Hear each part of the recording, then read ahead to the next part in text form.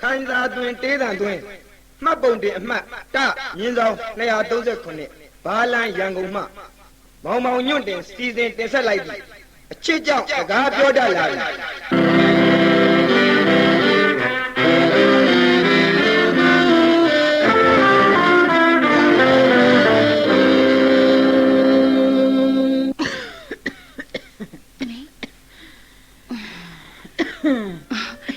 အမေ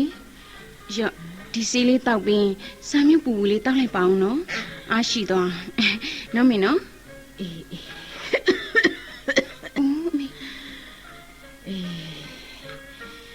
သမီးလေးလည်းကြောင်းတစ်ဖက်နဲ့ပင်မလာပါပြီကွယ်ရပါတယ်အမေသမီးကြောင်းချိန်နေပြီမဟုတ်လားဟုတ်ကဲ့အမေစာမြုပ်တောက်ပြီးသမီးကြောင်းသွားတော့မလို့အမေအေးထားခဲ့လေသမီးထားခဲ့တော့ကြာကြောင်းနောက်ကြနေအောင်မယ်ဒီပကံနေအမေသိမ်ပါမယ်ကွယ်ဘယ်ဟုတ်ပါမလဲအမေရဲ့အမေမအိယာတွေကမထနိုင်နဲ့ဥစားကဲသမီးမှုတ်ပေးမယ်နော်မင်းနော်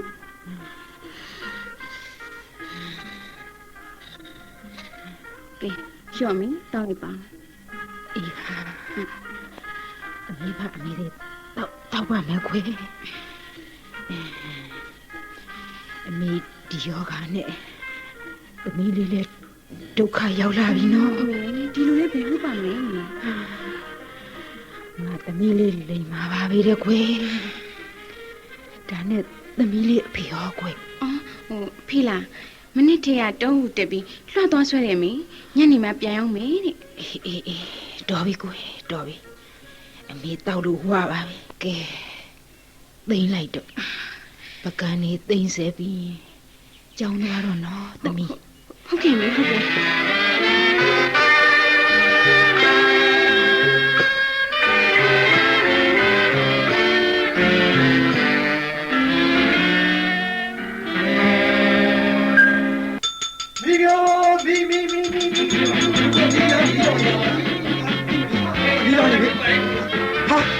ရွာထဲမှာမီးလောင်နေပါလားဟဲဟုတ်တယ်ကွင်းမဲဖက်မှာမီးလောင်နေတယ်ဟေ့ကြာမုံနင်တို့အိမ်ဘက်ပိုင်းကပဲဟဲ့ကဲကျောင်းသားတွေ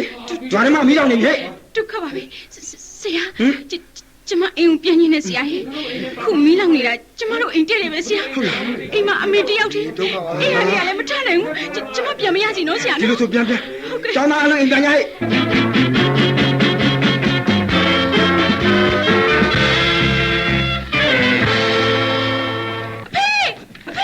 မဆွေးနဲ့ကျုပ်အိမ်ထဲမှာကျုပ်မိန်းမရှိတယ်ကျုပ်အိမ်ထဲမှာကျုပ်မိန်းမရှိတယ်ဗျကောင်းလေခဏတော့လို့မဖြစ်ဘူးဗျမီးရရက်လောင်နေတာကျုပ်ကိုလွတ်ကြပါအိမ်ထဲမှာကျုပ်မိန်းမမီးလောင်နေပြီဗျမီးလောင်နေပြီဟာလွတ်သွားပြီဟဲ့ကိုတော်လေးဟာတော့ဆမ်းပါဦးဗျလွတ်သွားပြီဟာဒီလူအိမ်ထဲပြေးဝင်သွားပြီကိုနေမတော်နဲ့ပြန်လာလေအဖေအဖေ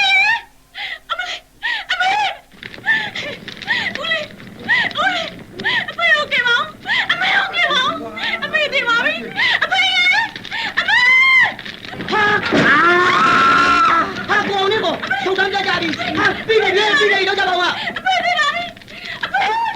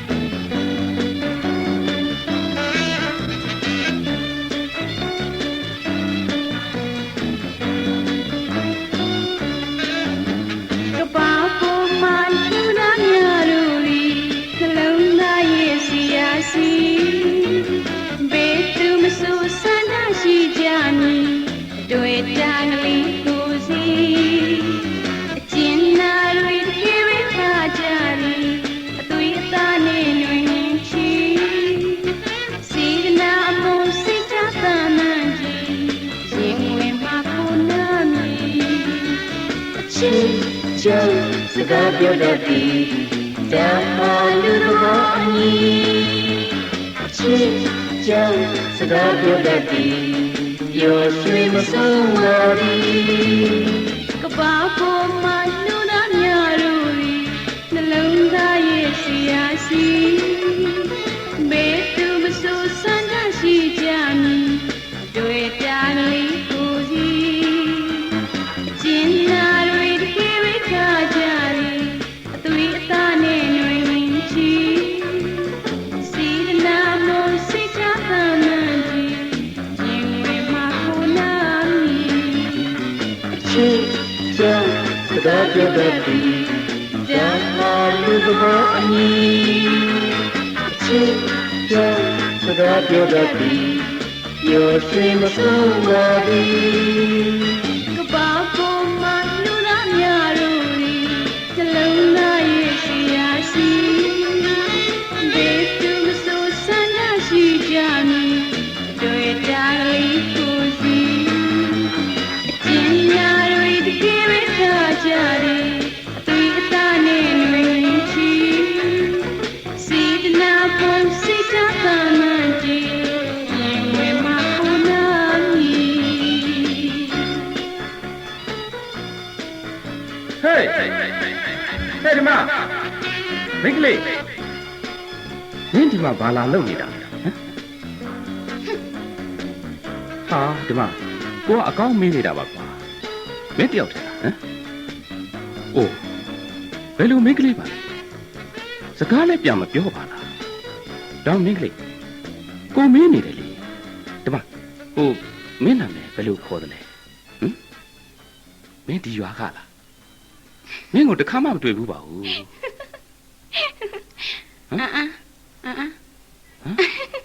ဒီမဲ့မောင်ရင်မောင်ရင်ကဘယ်သူလဲကွဘယ်ကလဲ ဗျာဩကျွန်တော်လား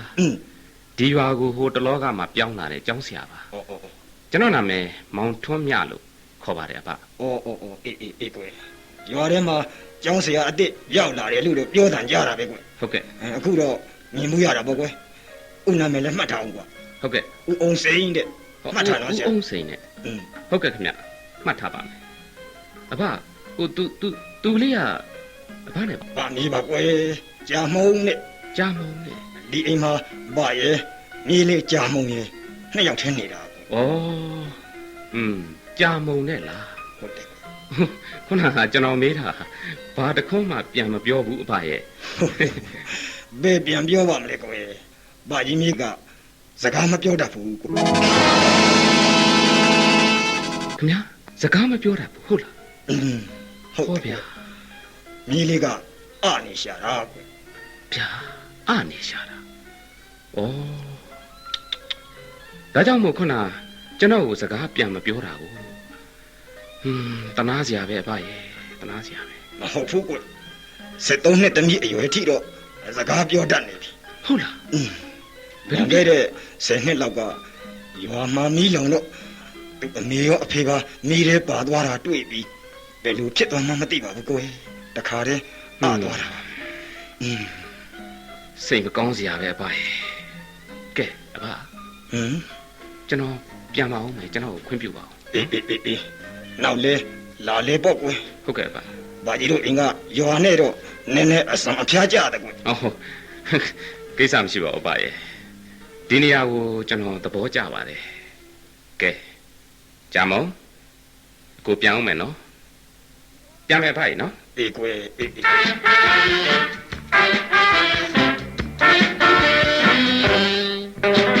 ဟောဆရာပါလား ဟုတ်ကဲ့ ဘယ်သွားလို့လဲဆရာရှင်နေချမ်းလေးပါလေဝင်တော့သွားသမ်းမအောင်ဆရာရဲ့ ဩကျေးဇူးတင်ပါတယ်ကိုဖို့ခင်ဟိုညနေကျောင်းအားလုံးရွာပြားဘက်ကိုလမ်းလျှောက်မလားလို့ထွက်လာတာကိုဖို့ခင်တို့ထမင်းစားပြကြပါဟမ် ဘယ်စားရအောင်မလဲဆရာရဲ့ခုမှကျွန်တော်မိမချက်တုံးပြုတ်တုံးရှိသေးတယ်ဗျ ဟုတ်လားဘာရဲ့ချက်တုံးကိုဖို့ခင်ရဲ့ ဟာဆင်းရဲသားလယ်သမားတွေအတွက်တော့ညကကစင်းထဲမှာထွက်ရိုက်ထားတဲ့ဖလက်တက်ကလေးတွေပေါ့ဗျာ ဖလက်တက်ကလေးတွေဟုတ်တယ်ဆရာတို့လိုမျိုးမာတို့ပေါ့လေကျက်ဥဗာလဲဟာဘရိုင်းကျော်တို့စွတ်ပြုတ်တို့တော့မစားနိုင်ဘူးဆရာကြီး half fry လို့စားပါဗျာကိုဖို့ခင်ကြီးရဲ့ဩမသိပါဘူးဗျာအညောင်းပြေကျွန်တော်လမ်းလျှောက်လိုက်အောင်မယ်ဗျာနော်ကောင်းပါပြီဆရာကောင်း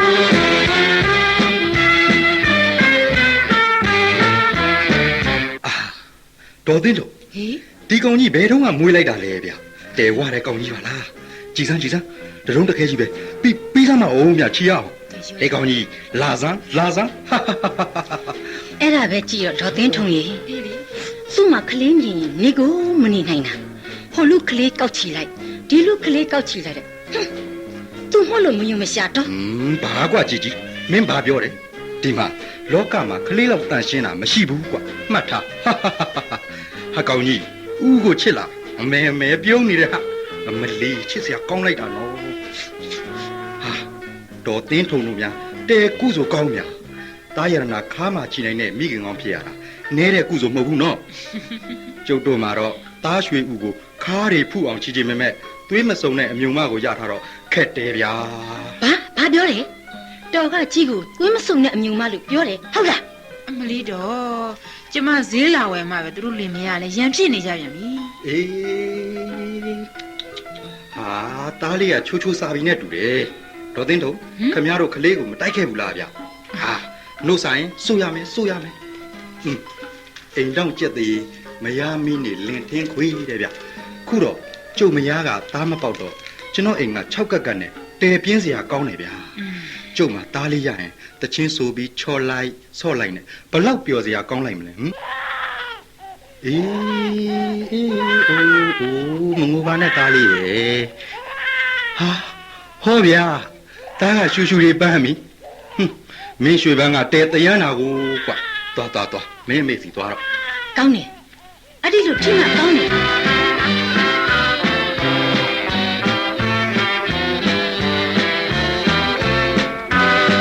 မကြမုံပါလားဈေးလာဝယ်တဲ့ထင်တယ်မတွေ့တာတော့အတော်ကြာသွားပြီနော်ကဲဘာယူမလဲအမမကြမုံစက်တော့ငါးပိတ်တာအော်90သားလား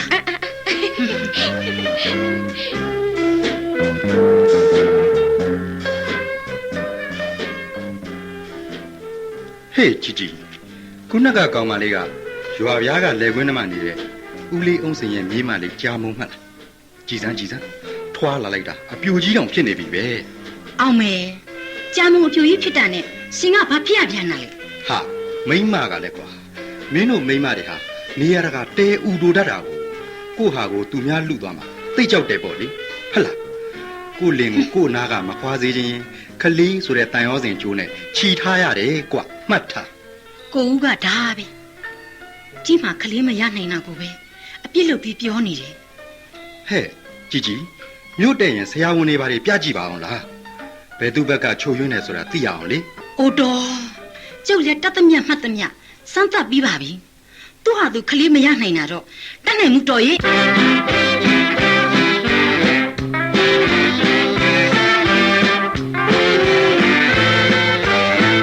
ကိုဦးကိုကြည့်ရတာတမျိုးပဲမရွှင်မလန်းနဲ့ကိုဦးဘာဖြစ်နေတာလဲယင်ဟာပြင်းလို့ပါကြီးอ่ะ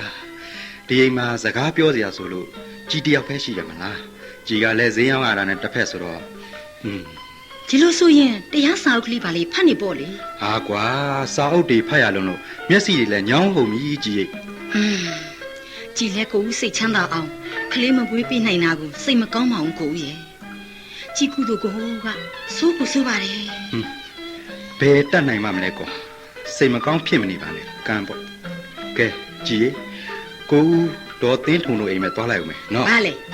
သူများကလေးသွားချီမလို့ဟုတ်လားတော်တော်ကြပစိုးတွေကလေးချီပေးလာရင်တော့ဒီကပဲလျှော်ပေးရတာဟိကြီးကလည်းကွာဂလောက်တော့ရှိမှာပေါ့မဟုတ်ဘူးလား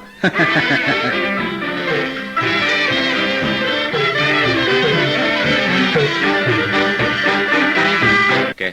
ကြာမလိုက်ဆိုနော်ဆိုကြည့်အောင်နော်ကဲကာကြီးဆိုစားဆိုလေဟာအေးဟုတ်ပြီကဲနောက်တစ်လုံးဆိုအောင်နော်ခါကွေးမမဟုတ်တယ်ဆိုဟေးအေးဆိုပါဦးဟုတ်တယ်ဂျာမုံဆိုတာဟုတ်တယ်ဟဲ့မဆိုဘူးညာကောင်းသားပဲကွာဂျာမုံကမှတ်ထားနော်ဟောတာကကာကြီးဟောတာကခါကွေးဟောဒီနောက်တစ်လုံးကဂငယ်ဆိုတာဂငယ်ဆိုလေ ဟုတ်တယ်ဟုတ်တယ်ဟုတ်တယ် မဟုတ်တယ်အေး ဟောမောင်ထုံးမြရောက်နေတာကြာပါလားကွ မအေးမ ဟုတ်ကဲ့ပါအောင်စေခုနလေးတွေမှာဓမ္မကြာမုံကိုစာပြပေးနေတာလေဒီကောင်မလေးကဆွန့်အပဲမဲ့ညာတော့မဆိုးဘူးအပါရဲ့သူလိုက်ချိုနိုင်တယ်တိလား ကျူစားပြီးတော့အသင်ပေးစမ်းပါကွယ် ဟုတ်ကဲ့ခင်ဗျာ အရေးဖက်ကလေးတတ်ထားတော့ပိုကောင်းတာပေါ့ကွ ဟုတ်ကဲ့ပါအောင်စေဒါနဲ့ပါအောင်စေ ဟင် ကြာမုံကိုမြို့ဆေးရုံမှာပြဘူးသလားဟမ်သူယောဂနဲ့ပတ်သက်လို့လေအခုသူဖြစ်နေတဲ့ယောဂနဲ့ပတ်သက်လို့ အိုးဘယ်ပြနိုင်ပါမလဲကွယ်မြို့တောင်ရောက်ဖို့တာမဟုတ်ဘူးကွယ် ကျွန်တော်ကြားဘူးတာကတော့ စူးစမ်းပါ ဒီယောဂမျိုးဟာထိတ်လန့်စရာတစ်ခုခုကြောင့်ရှော့ဖြစ်တဲ့သဘောပဲထင်တယ် နေစမ်းပါအောင်ကွယ်ရှော့ဆိုတာဘာလဲကွယ် ဒီလိုပါအောင်စေ စူးစမ်းပါ လူဟာမတော်တဆထိတ်လန့်စရာတစ်ခုခုတွေ့ပြီဆိုရင်ရုတ်တရက်အာယုံကြောထိကြိုက်သွားတတ်ပါတယ် ဩ အဲ့ဒီအာယုံကြောထိကြိုက်မှုကြောင့်သတိမေ့ပြီးအာယုံကြောပြက်တတ်တယ်တဲ့အပတ်စဉ်ရဲ့အဲ့ဒီအခါမှာစကားရင်လည်းမပြောတတ်ပဲဖြစ်သွားတာနိုင်တယ်ကိုလည်းရင်လည်းသေသွားတာနိုင်တယ်ပြီးတော့တချို့များဆိုလို့ရှိရင်လေ စူးစမ်းပါ ယူတောင်ယူသွားနိုင်တယ်တဲ့အပတ်ရဲ့ ဟုတ်လား ဒါပေမဲ့ထူးဆန်းတာက စူးစမ်းပါ အဲ့ဒီယောဂဟာအခန့်သိရင်သူ့အလိုလိုပျောက်သွားတတ်တယ်တဲ့အပိုင်း ဟဲ့ဟုတ်အလုပ်စမ်းပါအောင်ကွယ် ခုနကလေကျွန်တော်ကြာမုံရဲ့ပါဇက်ကိုကြည့်တော့ဘာမှမဖြစ်ဘူးအပိုင်း ဟုတ်လား ရှားတွေဘာတွေလဲအကောင်းကြီးပဲကြာမုံယောဂမျိုးဟာဆေးကုပေးလိုက်ရင်ပျောက်နိုင်တဲ့ယောဂမျိုးပဲအပိုင်းဆရာအောင်ကောင်းတဲ့ကုသရင်ပျောက်နိုင်တဲ့ယောဂပါအပိုင်း အေးလုပ်စမ်းပါအောင်မောင်ရဲ့ဦးလူကတော်သားဆိုတော့ဒါတွေမသိဘူးကွယ်ဟုတ်ကဲ့နိုင်ရင်တော့အဘတိုင်းတဲ့အလွန်ပေါ့လေကွယ် စိတ်ချပါပါ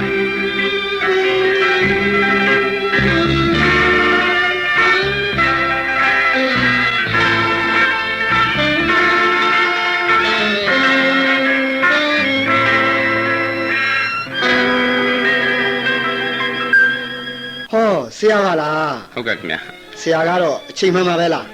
အခုဒါလဲရွာအရှိပိုင်းကိုသွားလို့လားဆရာ ဟုတ်တယ်ကိုဖိုးခင်ဟုတ်တယ်ကိုလေးဟိုကြာမုံလေးကိုညနေတိုင်းစာသွားတင်ပေးနေရတယ်လေကိုဖိုးခင်ရဲ့ ဆရာကတော့ဒီကောင်မလေးကိုတော်တော်တန်ရုံးနေကြည့်တယ်နော် ဟုတ်တယ်ဗျာဆွန့်အားတဲ့သူလေးမဟုတ်ပါဗျာပြီးတော့ဒီရွာတရွာလုံးကငါအမလေးဆိုပြီးတော့သူ့ကိုဝိုင်းပယ်ထားကြတာကလားအော်ဒါနဲ့ကိုဖိုးခင် ဗျာ ဟိုတလောကကျွန်တော်အကြောင်းကိုရွာထဲမှာပြောတာဆိုတာတဲ့ကြားမိပါတယ်ဗျာအမှန်တော့ဗျာမတန်မစွမ်းတဲ့ဒုက္ခိတမလေးတယောက်ပေါ့ကျွန်တော်ဟာစေတနာတတ်မှန်နဲ့ကူညီနေတဲ့သဘောပါဗျာ ဒါတွေစိတ်ထဲမထားစမ်းပါနဲ့ဆရာရဲ့ဒါတွေဟာရွာသူဒလေးလို့ခေါ်တာပေါ့ ဟုတ်ကဲ့ အဲ့ဒီလူပြောတဲ့လူတွေဟာအိမ်တကာလှည့်ပြီးတန်းရှာရင်းအတင်းပြောကြတာခယူမဆိုင်ပါနဲ့ကိုမုန်းရင်ပြီးတာပဲမဟုတ်လား ဟုတ်ပါတယ်ကိုဖိုးခင်ရဲ့ဒီအတွက်ကျွန်တော်ကိုစိတ်ချပါကျွန်တော်ဟာကျောင်းဆရာတယောက်ပါဗျာနောင်လာမယ့်အနာဂတ်ကလေးတွေကိုနေပေလမ်းပြလုပ်နေတဲ့လူတယောက်အနေနဲ့ကျွန်တော်ကိုယ်တိုင်ကိုချင်းတရားကောင်းအောင်အမြဲတမ်းကြိုးစားနေတဲ့လူတယောက်ပါဗျာ ဒါပါပဲဆရာရဲ့ဒါပါပဲလူဆိုတာသူ့လောက်ရပေါ်မှာမူတည်ပြီးအဖြေပေါ်လာတာပါ ဟုတ်ကဲ့ ကံရဲ့အကျိုးတရားလို့ပြောတယ်မဟုတ်လား ဟုတ်တယ်ကိုဖိုးခင်ဟုတ်တယ်ကျေးဇူးတင်ပါတယ်ဗျာကိုဖိုးခင်ကျေးဇူးပဲခမည်းတော်လိုနားလည်မှုရှိကြရင်သိတ်ကောင်းမယ်ဗျာသိတ်ကောင်းမယ်ကဲ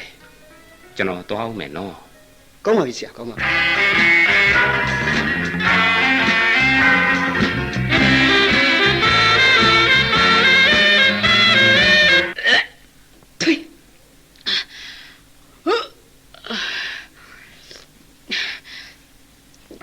ဟဲ့นี่ကြာမဘာဖြစ်နေတာလဲဒီနေ့မနေ့အန်နေတာတခါမကတော့ဘူးနေထိုင်မကောင်းလို့လား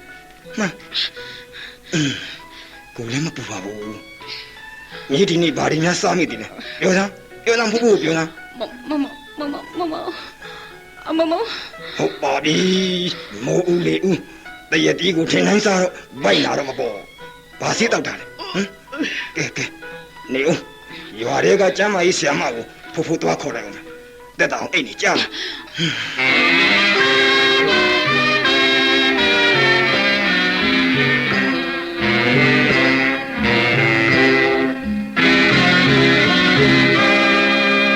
ဘာ ပြောတယ်ဆရာမကြာမောက်ကိုဝင်ရှိဟုတ် ဟုတ်ပါတယ်အဖကြာမုံမှာကိုဝင်ရှိနေပါပြီအနည်းဆုံး2လတော့ကြော်နေပြီအဖ ဟိုမကြာမောက်ပြောစမ်းဒါနင်ဘသူနဲ့ရတဲ့ကိုဝင်ပြောစမ်းဆိုပြောစမ်းဆိုခွေးမလေးအမလေးရှက်စရာကောင်းလိုက်တာပြောစမ်းကြာမောက်ပြောစမ်းဆို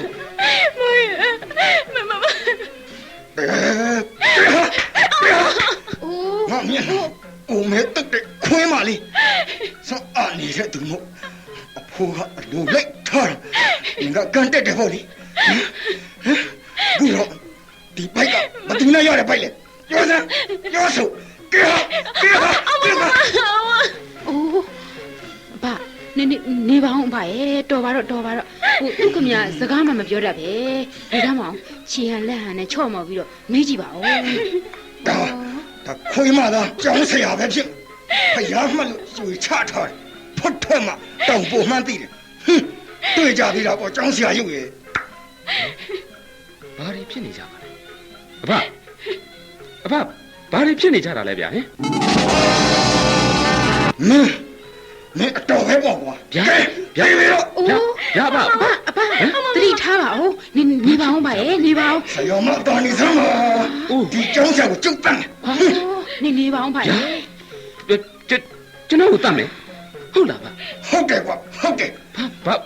မင်းတို့ရုပ်မာတဲ့ကြောင်းဆရာကိုအစင်မထားဘူးခင်ဗျာ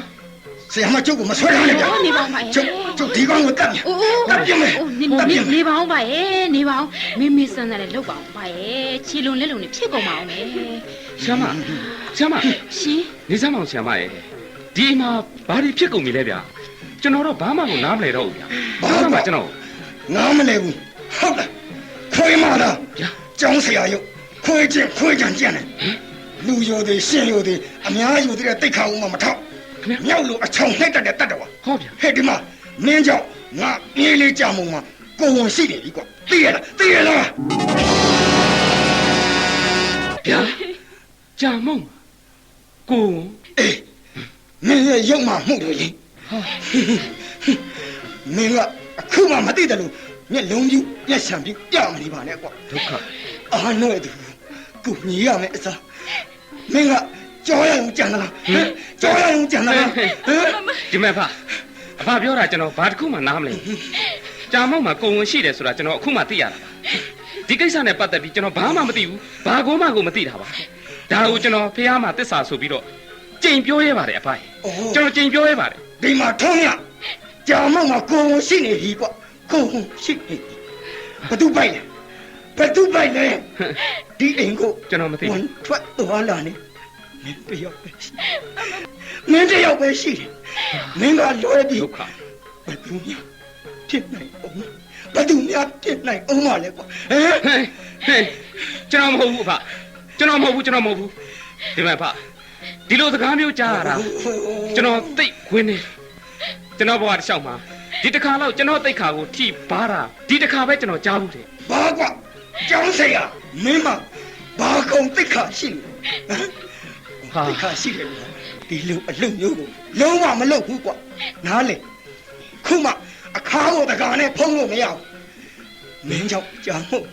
ကိုုံရှိနေပြီကွာကဲမင်းမညံ့ချင်သေးလေအဖကျွန်တော်ပြောပြစီအောင်ပါရဲ့ကျွန်တော်အပေါ်အဖအထင်လွဲနေပြီကျွန်တော်ဆိုတဲ့ကောင်က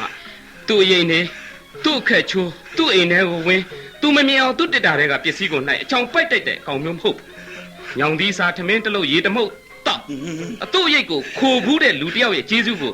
ဘယ်တော့မှမကမ်းဘူးပါဘယ်တော့မှမကမ်းဘူးကျေးဇူးတရားကိုလက်ဖက်တအိုးကွန်းတရုပ်လောက်တန်ဖိုးထားတတ်တဲ့ကောင်စားမျိုးလည်းမဟုတ်ဘူးမကြီးပေါ်တော့မကြီးပင်ကိုပြောညောင်ပေါ်တော့ညောင်ပင်ကိုပြောပြောင်းမှုပေါ်တော့ပြောင်းမှုပင်နားပြီးတော့ပြောင်းမှုဆန်ကိုစားပြောင်းကျေးကိုစွန့်တ်တဲ့ငှက်မျိုးလည်းမဟုတ်ဘူးအပိုင်လေးတော့သူတစ်ပါးရဲ့ကျေးဇူးကိုတိတတ်တဲ့ကောင်ပါအပိုင်သူတစ်ပါးရဲ့ကျေးဇူးကိုကျွန်တော်တိတတ်တဲ့ကောင်ဒီမဲ့ပါဂျာမုံဟာကျွန်တော်နဲ့ညီစွန်းလို့ရီပွန်းလို့ကိုယ်ရတယ်ဆိုရင်ကျွန်တော်ပခုံးမတွန့်ခြေမယွန့်မဲ ကျွန်တော်အဖြစ်ကိုကျွန်တော်ရဲရဲကြီးခံရပါတယ်အဖကျွန်တော်ဇတ်ထုတ်ကိုကျွန်တော်ရှင်းပြီးတော့ဓမ္မဘွင်းကရဲတဲ့ကောင်ကျွန်တော်ရှင်းပြတာကိုအဖမယုံရင်အဖလက်ထက်မှာကင်ထားတဲ့နှလုံးမျိုးတနတ်နဲ့ကျွန်တော်ကိုပြစ်တတ်လိုက်ပါအဖကျွန်တော်ကိုပြစ်တတ်လိုက်ပါကျွန်တော်ဟောဒီလိုရင်ကိုကော့ပေးထားပါမယ်ပြစ်လိုက်လေအဖကျွန်တော်ရင်ကော့ပေးထားပါကျွန်တော်မဟုတ်ဘူးပြောတာပြစ်လေပြစ်ပါပါပြစ်ဆရာပြောတာလဲဟုတ်နိုင်ပါတယ်အဖရဲ့ဒီလောက်တော့လဲဆရာရိုင်းမှာမဟုတ်ပါဘူးအဖစင်းစင်းစားလုပ်ပါအဖရဲ့အဖစင်းစင်းစားလုပ်ပါစိတ်ချပါဆရာမစိတ်ချဒီကိစ္စမှာကျွန်တော်လုံးဝမဟုတ်ဘူးဆိုတာသစ္စာပြုရဲပါတယ်ဆရာမကျွန်တော်သစ္စာပြုရဲပါဒီမဲ့ဖဟိုနဲ့ဒီကိစ္စကိုသူ့ကိုမေးလို့တော့ဘယ်လိုမှရမှာမဟုတ်ဘူး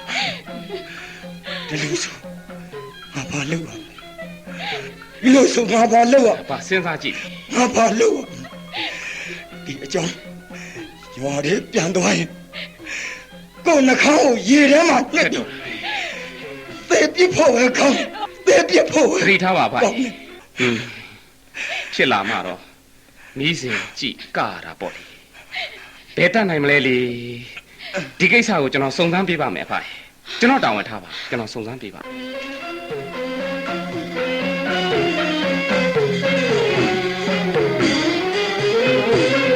ဖိကမရွာသားကအားမလေးကြာမုံဘိုက်ထွက်လို့ရတော့3လတောင်ရှိနေပြီတော်ကြီးဘယ်သူနဲ့ရတာလဲအေးဘယ်သူနဲ့ဖြစ်ရမလဲအေးကျောင်းဆရာလေးပဲပေါ့ဟုတ်ပါမလားတင်မို့ရဲ့ညီဟာကလည်းအိုးဘာလို့မဟုတ်ရမှာလဲဒီကျောင်းဆရာပဲရွာပြားကို6ပေါင်ဝင်းနေထွက်နေတာပဲသူမဟုတ်လို့ဘယ်သူဖြစ်အောင်မလဲဟဲ့ခုဖုံးလို့ဖိလို့တော့မရတော့ဘူးဟဲ့သိရလားလူများတက်ခက်တာပဲမခုတ်တတ်တဲ့ကြောင်လူလူမဟောင်တတ်တဲ့ခွေးလူလူအချက်လဲပန်ရောအညာကိုချမ်းအစီစားပြီးအသားမျိုးတော့တာပဲဒါပေါ့အေးဒါကြောင့်မို့6ပေါင်နေတာကြည့်ပါလားကြောင်မုံလို့တွတ်တွတ်ခဲခဲဆူဆူပြေပြေလေးဆိုတော့အစီစားလို့အသားကိုမျိုးတော့ဒီမဲဟိမှတ်ထားလောကကြီးမှာလူရိုးဆိုတာတင်းငိမ့်မှာပဲရှိတယ်တင်းငိမ့်ကလူရိုးတောင်မိမဆိုတဲ့အတန်ကြားရင်ဝါလာလာလို့ထောက်အောင်သေးတာညီကလည်းအေးကြံကြံပမှန်ဟောပြောရင်းဆိုရင်ဟိုမှာကျောင်းဆရာလာနေပြီထွေးလူပုံကြီးတော့ရုပ်ပုံရုပ်လက်နဲ့ကြက်ခုတ်တဲ့နေရာမှာတော့တဲလက်မြန်နဲ့ကြောင်ပါကြီးပဲအေးရဲ့ဖုတ်ပါတော်ရုပ်ကတရွာလုံးကငါ့ကိုပဲကြာမုံကိစ္စထင်းနေကြပါကြာမုံလက်သေးတရားခံကိုလည်းမေးလို့မရစကားလည်းမပြောတတ်ဒီကိစ္စငါဘယ်လိုလုပ်ရပါမလဲငါဘယ်လိုလုပ်ရမလဲတရားခံကိုငါရှာရတွေ့အောင်မှငါရှာရ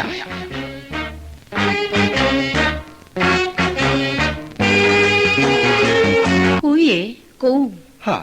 ဘာများလဲကြည်ရဲ့ရွာဖျားကဘာကြီးအုပ်စိန်ကြီးမလေးဘိုက်ထွက်လို့တဲ့ကြားပြီဗလားယင်ဟေးဘသူဟိုလေဟိုကောင်မလေးကွာဒီမှာဈေးလက်လောက်ဝယ်အားမလေးဟာဟာနေပါဦးဒါနဲ့ဘသူနဲ့တယ်လဲကြည်ရဲ့ဘယ်သူနဲ့ဖြစ်ရမလဲဟိုကျောင်းဆရာကိုထွန်းမြတ်ကြီးနဲ့ပေါ့တော့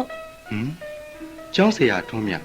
ဟုတ်လားကြည်ဟုတ်ပါဒီကျောင်းဆရာရိုးပုံရိုးသားနဲ့ကြံမဲကြံတတ်တယ်ကိုဦးရဲ့ကြံမှုခမညာတနာစရာဒါအတိကြပဲလားဟမ်အိုးကိုဦးကလည်းဒီကျောင်းဆရာမဟုတ်လို့ဘယ်သူဖြစ်နိုင်ဦးမှာလဲဒီကျောင်းဆရာချောင်းကိုပေါက်နေတာပဲဟာကြည်တဲ့ရင်းတွေကတိကျလာပြီလားဟုတ်ကောဟုတ်ရဲ့လားကွာဘယ်သူတွေပြောတာလဲဟမ်အမလေးတရားလုံးကိုသိနေပြီတော်ရဲ့ဖုံးလို့တော့မရဘူးဩဒီအထီတောင်ဖြစ်နေမှာကို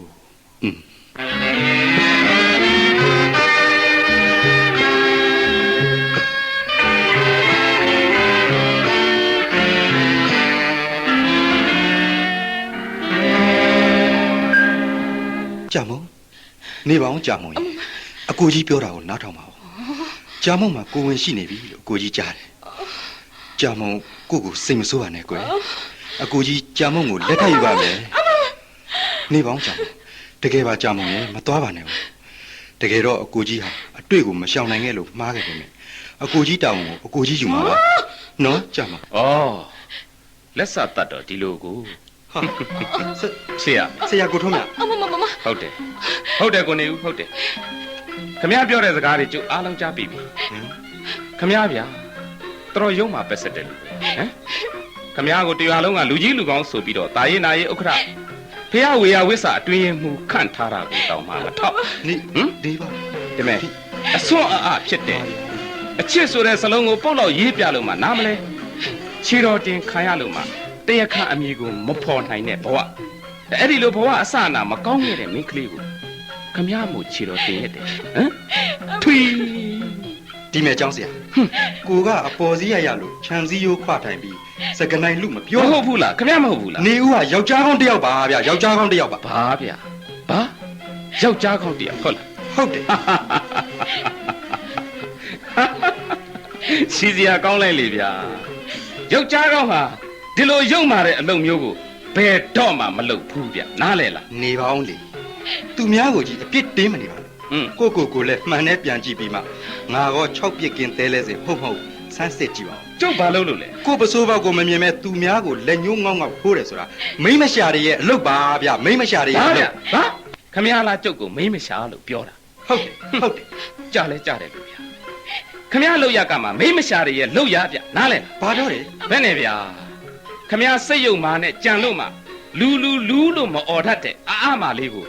ခွေးကိုတိုင်မာကြိုးချီရိုက်ပြီးအနိုင်ကျင့်တဲ့အလုပ်မျိုးကိုလုပ်တဲ့လူကမှယောက်ျားအလုပ်တဲ့လား ခမရဗျာ သမီးချင်းကိုချင်းမစားခမရမှုအကြံစိုးအကြံယုံနဲ့ခြီတော်တင်ရက်တယ်ဗျာအမှန် ဒီမှာကျောင်းဆရာကျုပ်ပြစ်ကိုကျုပ်မငင်းပါဘူး ညင်းလို့လည်းမရဘူးလေ ဒါပေမဲ့ခမည်းစကားတွေကကျောင်းဆရာနဲ့မတန်လီတန်ခါလာတယ်ဗျာ ဟာပြောရမယ်ပြောရ ကြာမုံကိုစိတ်ကြွယ်ရမှာကျုပ်ပြစ်မမိတာမှန်တယ်ဒါဟာကျုပ်အမှားကြီးပဲတော့မဟုတ်ဘူးဗျ ဟင်း ရှင်သီးနဲ့စားတွေ့ရင်ရှာရလာတာဓမ္မတာပါ ဩ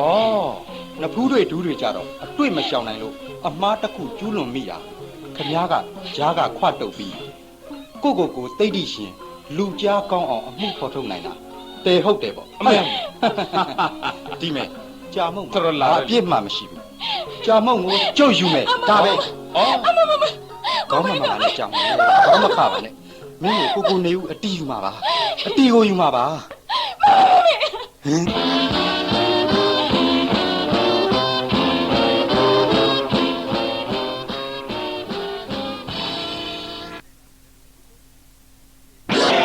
ဘာနေဦးဟုတ်လားမောင်ထုံးမြ ဟုတ်ပါတယ်ဗျဟုတ်ပါတယ်တရားခံကိုကျွန်တော်သိပြီပါဟိုတနေ့ကချောင်းလေးဘက်ကကျွန်တော်ဖြတ်သွားတော့လူသားလုံးလုံးငိုးသားလုံးလုံးကြားတာနဲ့လိုက်ကြည့်တော့နေဦးကကြာမုံကိုပြောတဲ့စကားတွေကျွန်တော်အကုန်လုံးကြားလိုက်ပါတယ် ခွဲမာတာနေဦးကိုအသက်ကိုမှကိုမထောက်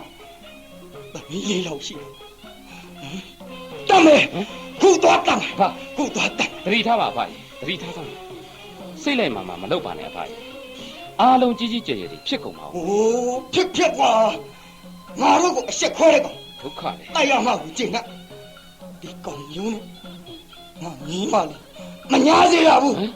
မညာစေရဘူးကွာ ဒုက္ခလေ သွေးကြိုးဆိုရင်လက်မောင်းသွေးတော့ဖောက်ထုတ်ပြရမယ်ကွာဖောက်ထုတ်ပြရမယ် နေနော်အရှက်တကွဲအကျိုးနဲ့ဖြစ်ကုန်တယ်ဗျာမပေါ်ခင်ကဖုံးနိုင်ရင်တော်သေးအခုဟာကဘွားကနေပေါ်ပြီးမှကြော်မကောင်းကြားမကောင်းဖြစ်ကုန်ရင်ပူဆိုးလိမ့်မယ်ပါပူဆိုးကုန်လိမ့်မယ်စဉ်းစားပါအောင်ဗျာနော်စဉ်းစားစားလေးလုပ်ပါပါ မင်းပြောတာလေ စဉ်းစားပါစဉ်းစား ဟုတ်တာပဲမောင်ထုံးမြတ် တပားပဲစဉ်းစားကြည့်လေ အပါလေကောင်း6လှပြီကွာတိတ်ကိုကောင်း6လှ ငါမြေးလေးကကုသိုလ်ဆိုးပါတယ်ကုသိုလ်ဆိုးပါတယ်မောင်ထုံးမြတ်ရဲ့ အပစိတ်ချမ်းသာတယ်လို့နေပါနေဦးကဒီကိစ္စတာဝန်ယူပါမယ်တဲ့ ဘာကွာငါမြေးနုထွတ်ကလေးကိုသူနဲ့လာပေးသားမှာဝေးသေးဟို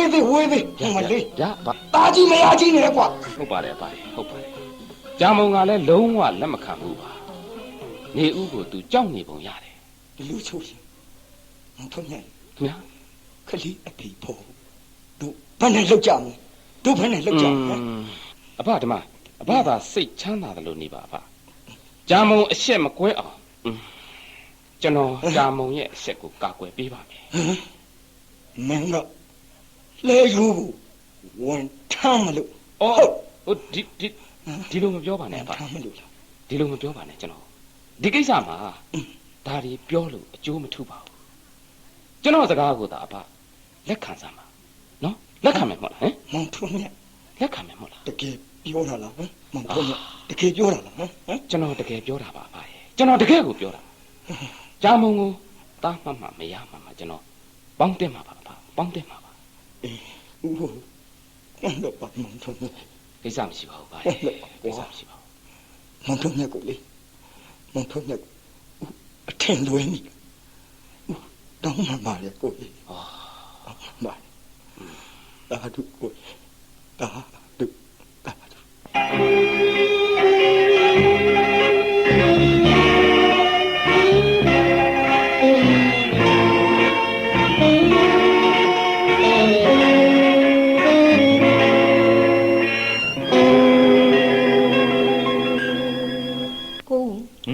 ဟိုသတင်းကြောက်ယူလိုက်ရင် ဘာများတော့ကြည့်ရဲ့ ရွာဖျားကကြောင်မှုကလေးမွေးပြီတဲ့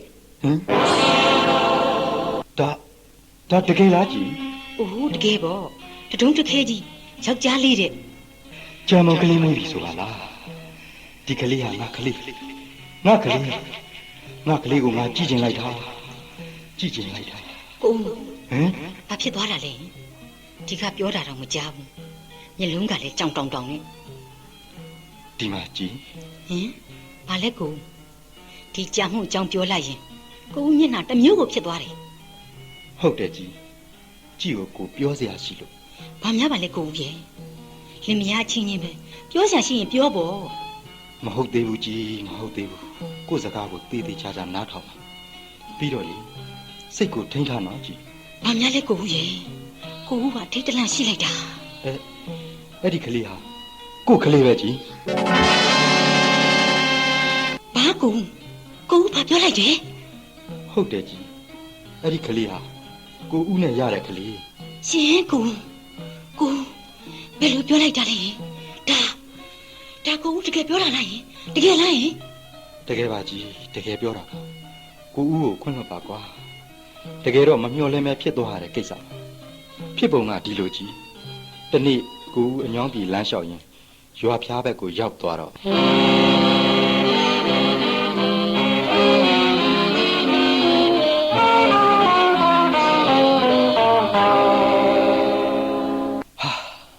ကြည်စမ်းရွာဖျားဘက်တောင်မရောက်တာတော့ကြာပါပေါ့ခေါ်လားတဲပြီးตายရတဲ့နေရာလေးပဲစိတ်ကိုလန်းသွားတာဟိုဘက်တောင်တန်းလေးအောက်မှာကြည်လဲပြီးစီးဆင်းနေတဲ့မြတ်လီရွာချောင်းကလေးအလိုဟိုဟာချောင်းထဲမှာအမျိုးသမီးတယောက်ရေကူးနေတာပဲဟောကိုမောကိုတက်လာဟာကြာမို့လားလူတွေမရှိဘူးထင်ကြီးတယောက်တည်းရေကူးနေတာပဲအိုးငါစိတ်တွေ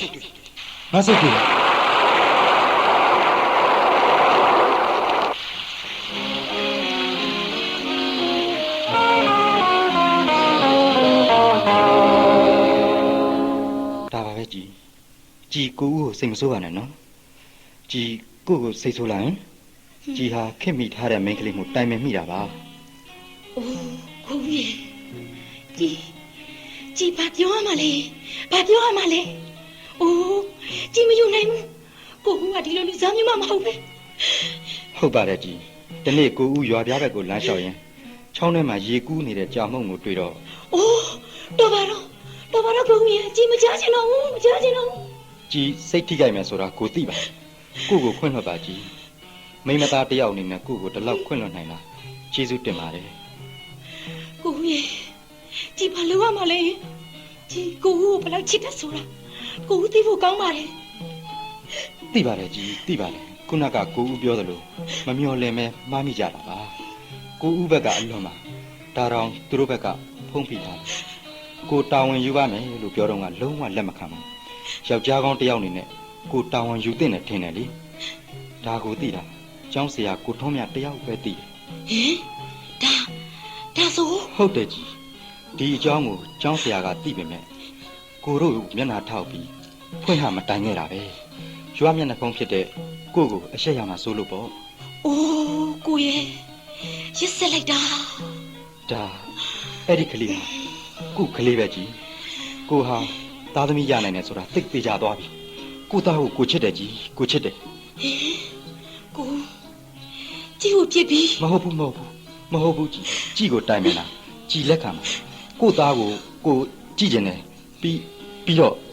ရှင်မဖြစ်နိုင်တဲ့စကားတွေပြောမနေစမ်းမနဲ့ပြောမနေစမ်းမနဲ့ဒီမကြားချင်တော့ဘူး ။အိုးကိုဦးတော့ကိုဦးသားကိုမရရတဲ့နည်းနဲ့ယူရမှာပဲကြီးယူရမှာပဲ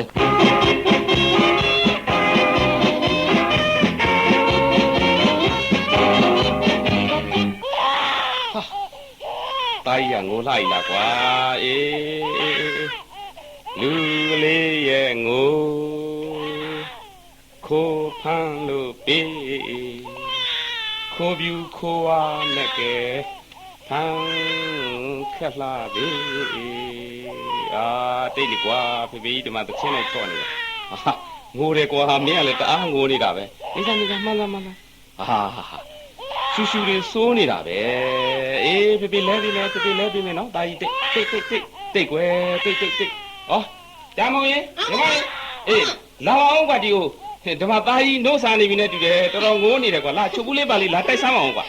အော်ပါအေးဟုတ်ပြီအေးအဲ့ဒါယူရအေးဟုတ်ပြီအေးဟုတ်တယ်ဒီမှာကြမ်းမတာတာကိုချစ်လားဟမ်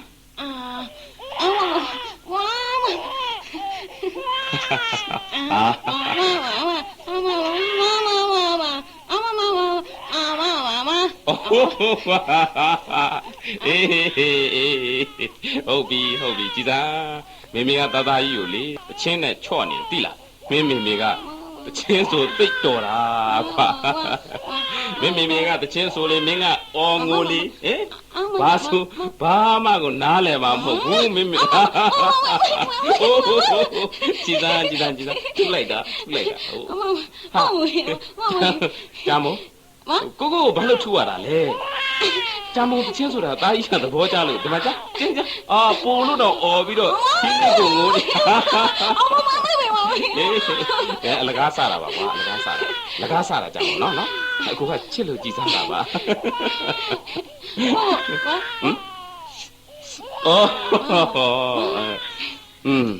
ကြာမို့ကလေးကိုချစ်တတ်လိုက်တာတကယ်မိခင်ကောင်တယောက်ပါပဲမင်းသာစကားပြောတတ်ဘလောက်ကောင်းမလဲကြာမို့ရဲ့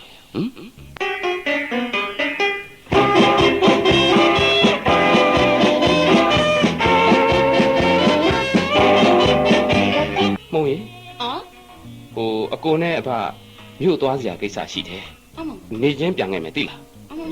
ဟိုတာကြီးကိုဂယူးဆိုင်နော်ကြားလားအေးတာကြီးဖေတို့မြို့တက်မလို့ကွာမင်းမစိုးနဲ့နော်ကြားလားမေစိတ်ဆိုးရင်ရိုက်လိုက်မယ်မုံရေဟိုမကြောက်တာကြီးရဲ့ကြီးနေတယ်ကွာတာဖေးတာကြီး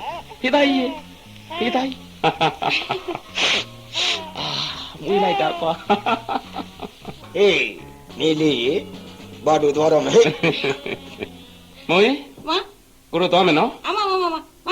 မအေးစိတ်ချဟန်ကြ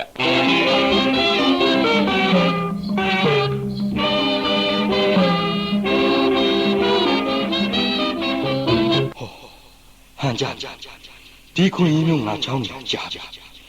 ဒီနေ့မှအဖိုးကြီးရောကျောင်းဆရာရောညွတ်တက်သွားကြတယ်ဟောကြာမုံချောင်းထဲကိုရေကပ်ဖို့ထွက်သွားပြီဟုတ်ပြီအတော်ပဲအိမ်မှာဘယ်သူမှမရှိတော့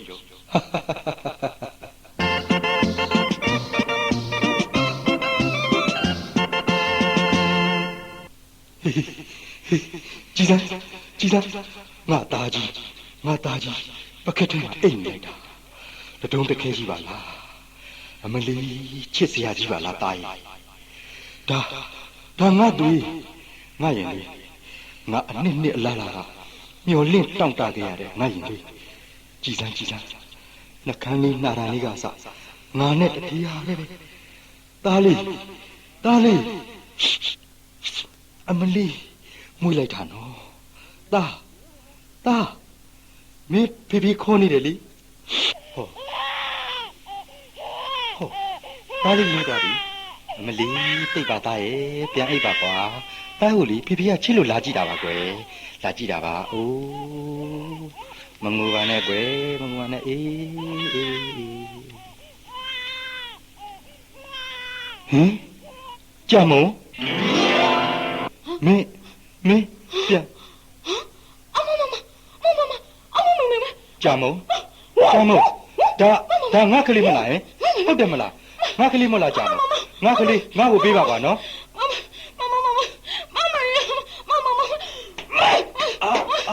ကြာမုံမင်းငါ့ကိုမရိုက်ပါနဲ့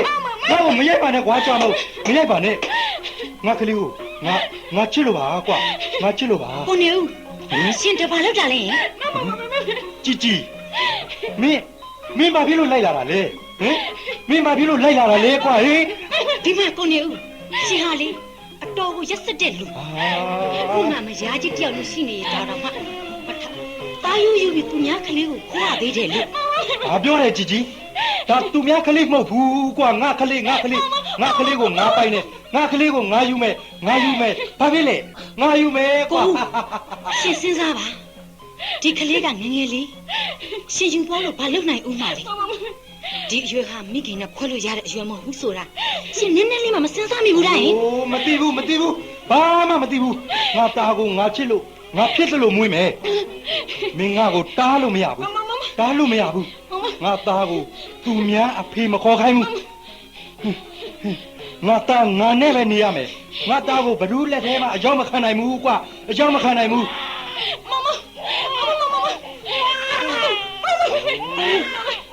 ကလေးကိုပေးလိုက်ပါ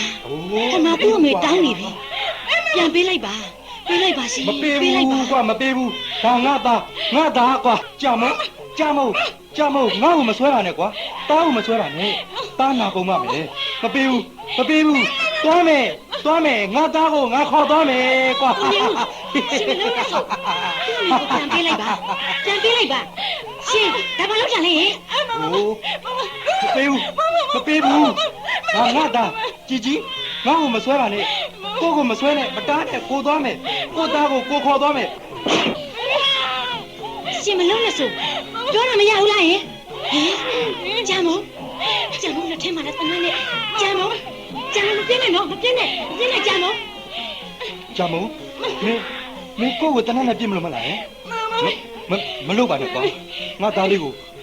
ငါ့ကိုပေးပါငါသားလေးငါချစ်လို့ပါကြာမုံရဲ့နော်ငါသားလေးကိုငါချစ်လို့ပါကိုနေဦးကိုရှင်မသွားနဲ့နော် အိုးညာဦး ဂျာမုံလက်ထဲမှာဆက်ထွက်သွားနိုင်မယ်ဂျာမုံတတိထားပါညီမလေးရဲ့အနက်ကိုမမကိုပေးပါကြာမုံမင်း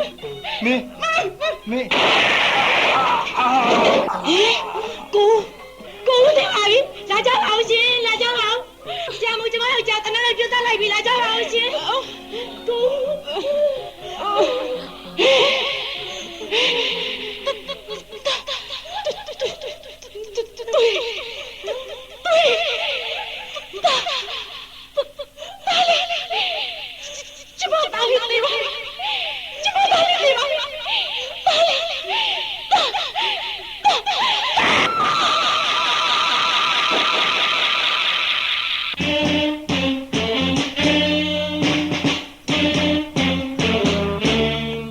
ဖွားဟင်း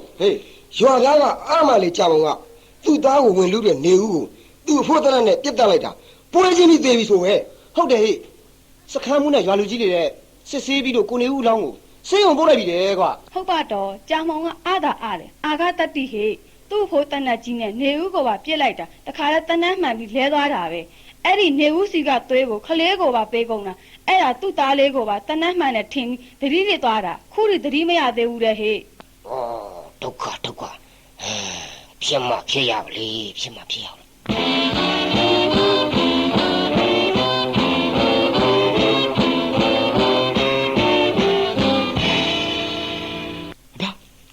မောင်ထုံးဘာကြာမုံသတိမရသေးဘူးအဖလောက်ပါအောင်ပါလောက်စမ်းပါအဖကြာမုံညီမလေးမင်းလေးကြာမုံ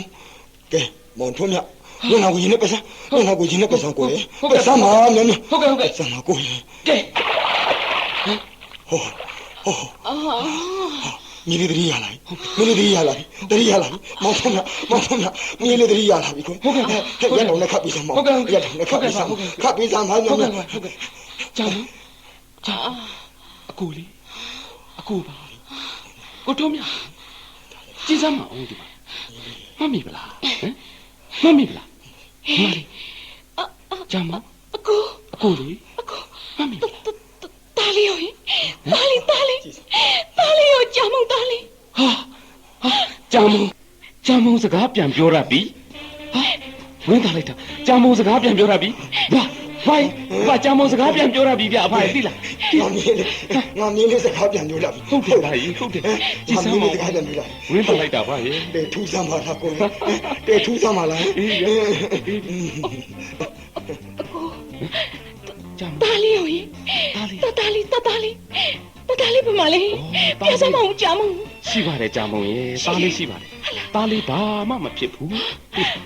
ဂျာမုံသတိလစ်သွားတော့လေဟိုးပကက်ထဲမှာတားလေးကိုတိတ်ထားတယ်တားလေးဘာမှမဖြစ်ပါဘူးတားလေးဘာမှမဖြစ်ဘူးဂျာမုံ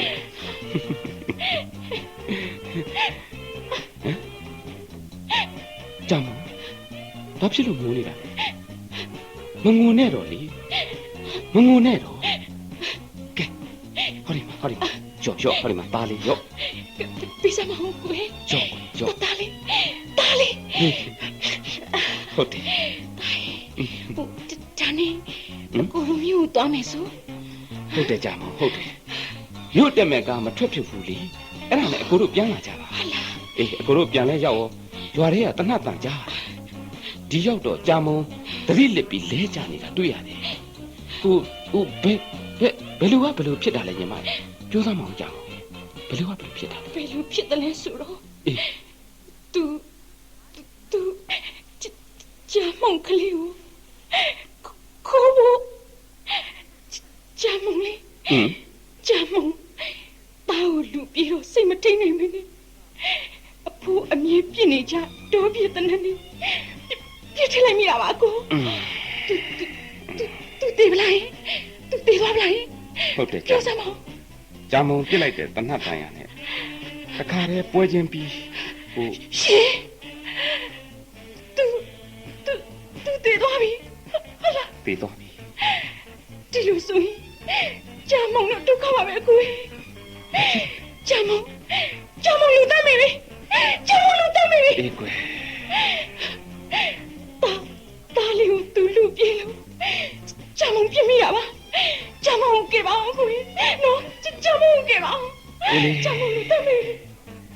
ဘာမှစိုးရိမ်နေပါနဲ့ညီမလေးရဲ့အမှန်တိုင်းဖြစ်ရမှာပေါ့တရားကိုနှက်ဆောင်ပါတယ်ကိုနော်တိတ်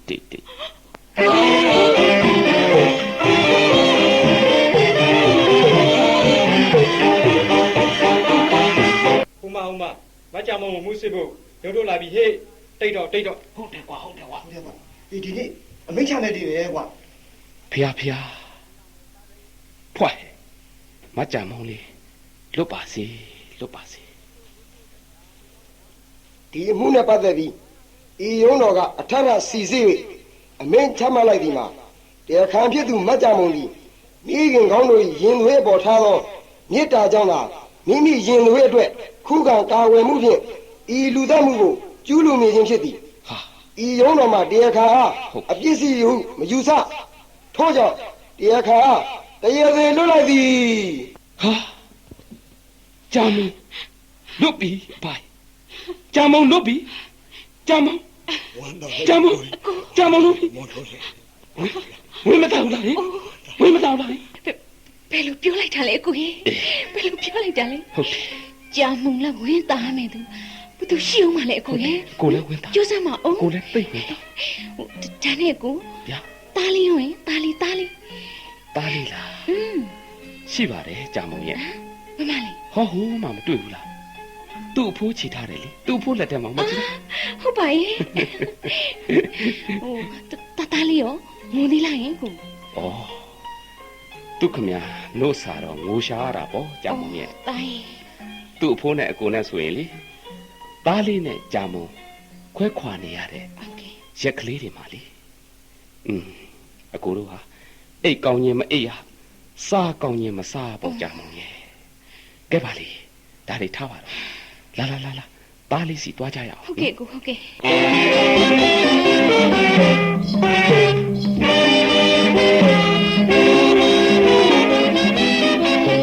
ကြာမုံကိုကြာမုံဘယ်လို စကားပြန်ပြီးတော့ပြောရလာတာလေဟမ်အဲ့ဒါဟာအကိုမေးမယ်နဲ့အခုမှပဲမေးဖြစ်တော့တယ်ပြောစမ်းပါဦး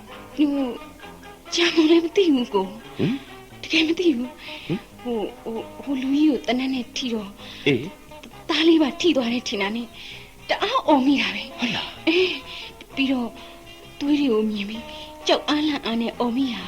စကားပြန်ထွက်လာတာပဲအကိုအဲ့ဒါပဲဟုတ်တယ်အဲ့ဒါတိုက်ဆိုင်မှုပဲဟုတ်တယ်နော်တိုက်ဆိုင်မှုပဲဟိုကြာမုံအသွားတော့ကလေဟုတ်ကဲ့ဟိုမီးထဲမှာပါသွားတဲ့ကြာမုံဖေဖေကိုမြင်မိသေးလားဟမ်ဟုတ်ကဲ့မြင်မိတယ်ကိုဟုတ်လားဒါဆိုဟုတ်ပြီအဲ့ဒီတုန်းက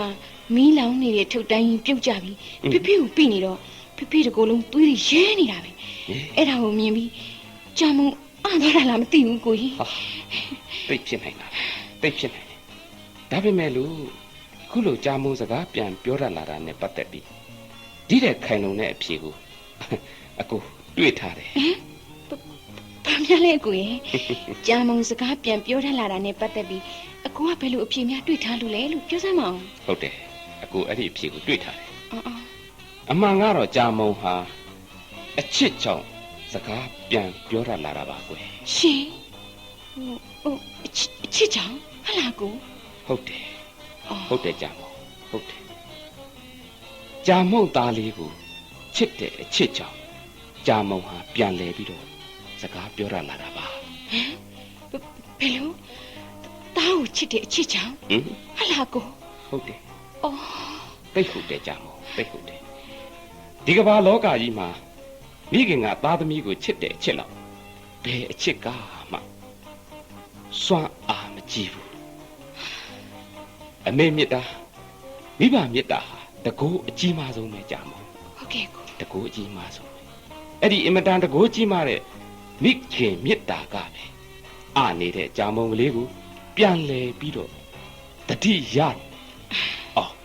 စွမ်းဆောင်ပေးနိုင်ခဲ့တာပဲသားကိုချစ်တဲ့ဇောကြောင့်ကြာမုံစကားပြန်ပြောတတ်လာတာပါဟုတ်ကဲ့ကိုဟုတ်ပါတယ်ဒါကြောင့်ကြာမုံကအချစ်ကြောင့်စကားပြောတတ်တယ်လို့အကိုပြောတာပေါ့ဟုတ်တယ်မလားဟင်ကြာမုံအကိုပြောတာဟုတ်ရဲ့လားဟုတ်ပါတယ်ကိုတားကိုချစ်တဲ့ဇောကြောင့်လားကြာမုံကဲဘယ်လိုဖြစ်ရပြန်တာလဲကြာမုံဟင်ဒါဘယ်လိုဖြစ်ရပြန်တာလဲဘာဖြစ်လို့ငိုပြန်ရတာလဲငိုရမယ့်အချိန်ကြီးကုန်ခဲ့ပြီအာမလေးရဲ့ဝင်းသားလို့ပါအကိုကြာမုံဝင်းသားလို့ငိုမိတာပါအမလေးဗျာဖြစ်ရရဲ့ဝင်းသားတာပဲငိုရသလားဒီမှာအဲ့ဒီလိုငိုတော့ဒုတိယသားလေးမျက်လုံးပြူအောင်မယ်ခမရဟုတ်ပါလေတူးမျက်လုံးပြူမယ်ပဲကြားမှုပါတယ်ပေါက်ရှာရှာဩကြာမုံရင်ကိုတို့မှာတူးရှိနေပြီလေနောက်မွေးမဲ့သားကိုပြောတာအဲ့ဒါဒုတိယသားမဟုတ်လို့ဘာလဲပြောတယ်အကိုနော်နားရှိစရာတော်ပြောတော်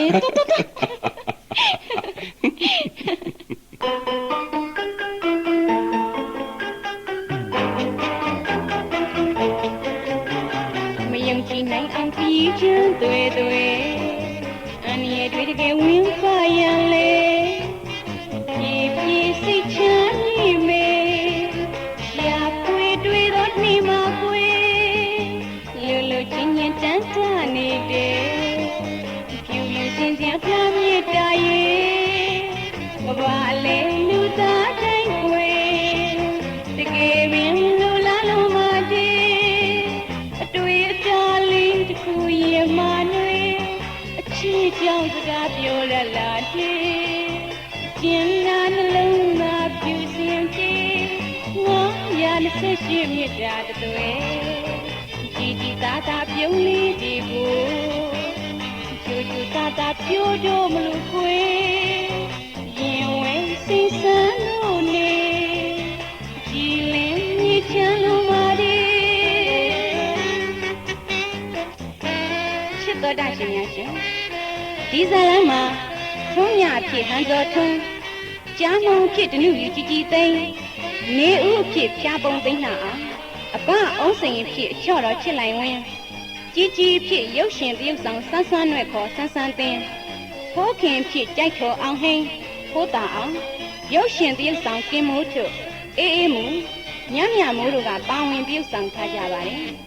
ဇံဝင်တေးသချင်းများကိုမောင်တက်မိုးကရေးသားပြီးဒနုယူကြီးကြီးသိန်းကတီးဆိုက